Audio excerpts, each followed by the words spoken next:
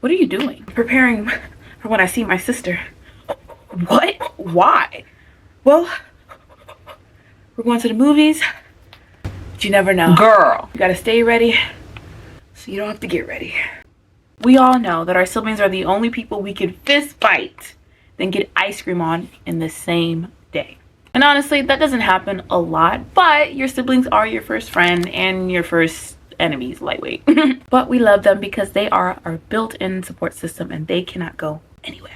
Hello, welcome to my channel, 100 Days with Kaja. We are on day 51 of building our personal constitution, which is a living, breathing document that has our boundaries, our standards, and our expectations for our lives. So whenever we feel like an emotional wreck, we have a place to reground ourselves. In our last video, we talked about maintaining or repairing relationship with our parents. And of course, our siblings have to come after that. We love them and we need to ensure that we have a healthy relationship with them. Before we get started, definitely check out day 48 where we talked about general boundaries and standards that you apply to all your family members. The first thing you need to do is to evaluate your current relationship. As siblings, we like to dust things under the rug and go about our days as if we did not just have a fist fight earlier that morning. We cannot do that because then later on we will explode. So you need to list down all their problems, concerns, your issues. From that list, you need to define what's within your control. Was it your tone? Was it your access to them or their access to you? And lastly, you want to weigh the pros and cons of maintaining or repairing that relationship. Some people never change and don't want to get better. The second thing you need to do is to define what you want and why you want it. Giving your actions value and purpose makes the journey of maintaining or repairing your relationship with your siblings more meaningful, more intentional. If you're doing it just because you want to keep the peace, you're likely to drop the ball and the peace will combust. Maybe you're seeking out closeness. Maybe you want to establish more boundaries with one another. Perhaps you want some respect. I was about to drop the F-bomb. Whatever it may be, define it. Here are 10 practical ways to maintain or repair a relationship with your siblings. Number 1, check in with no reason. Randomly call or FaceTime or text your sibling because that's what siblings do. We don't care about what's going on in your life. I mean, just a little bit. 2, ask about each other's life. We often assume that we know exactly who they are. You want to know more about your siblings as if you don't know who they are at all. 3, learn to apologize. I get it. It's hard. With your parents and with your siblings, we typically don't apologize. We do something crazy. We say something crazy.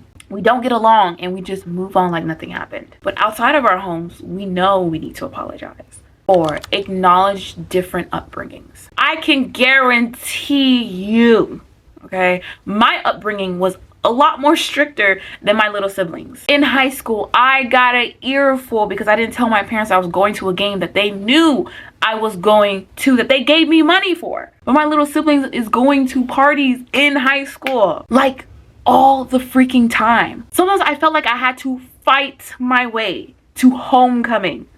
Homecoming.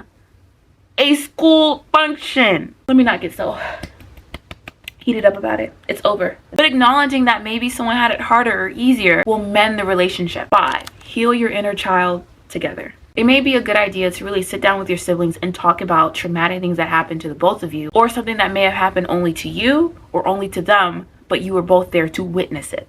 6, plan your hangouts and your trips. It's super easy for siblings to just get in the car and say, let's go, and have no plan at all. But with our friends, we text, we plan, we say we want to do X, Y, and Z. We're very intentional with what we want to do. You kind of need to do the same with your siblings. We are no longer kids. Our parents can't just snatch us up by our shirt and throw us in the car and say, we're going. You're like, going where? They're like, don't worry about it. We're not doing that anymore. 7, dismantle trying to parent them or fix them. Our parents had babies watching babies. You helped your parents change diapers or make a bottle or babysit or help with homework. You're thinking to yourself, oh my goodness, I did not sign up for this job. But then you'd get in trouble if you tried to let go of that job. But then you got in the routine of watching your siblings, parenting them, fixing them.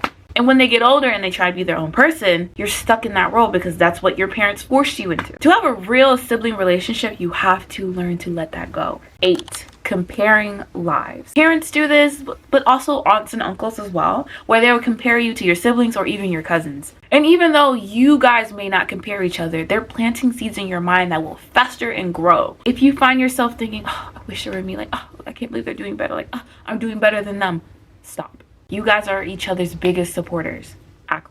9, set boundaries together. It feels good when both parties feel like they have agency in the relationship. You say, okay, I don't like X, Y, and Z, I prefer this. They say, okay, I like X, Y, and Z, but I prefer this. You'll also feel like no one's telling you what to do or holding a gun to your head. 10, create a shared playlist or a shared watch list. Music brings everybody together. And I absolutely love when I discover a new artist and my sibling also discovers a new artist and we bond on this new artist together and we listen to them. We've made plans to go to their concerts. It deepens your relationship with your siblings. Perhaps they'll introduce you to someone or something that you never would have imagined. And with TV shows and movies, you can pair it with quality time. You can be together, have movie nights. And 11, a bonus because I love you. You should create a shared photo album or scrapbook. I have an album in my phone called Family, and whatever pictures I get from my siblings or that I take, I make sure I put it in the family album. And I thought to myself, it would be a whole lot easier if we just had a shared album that everyone, my parents, my siblings, my cousins, whoever, we just poured into that album and we never miss a moment with each other. Personally, I love to scrapbook and I don't think anyone else has the patience for it. But once somebody does, it would be a great time to bond and to see how they view me and for them to see how I view them. Although in this video, I only have 10 ways to maintain and repair a relationship with your siblings, you can definitely use the examples I gave in day 50 with maintaining and repairing a relationship with your parents, and day 52 with maintaining or repairing a relationship with your extended family. As always, if you're having any trouble writing your own personal constitution, definitely check out my Substack where you can find my personal constitution and use it as a reference to yours. Don't forget to like, comment, subscribe. I love you guys and I will see you in our next video.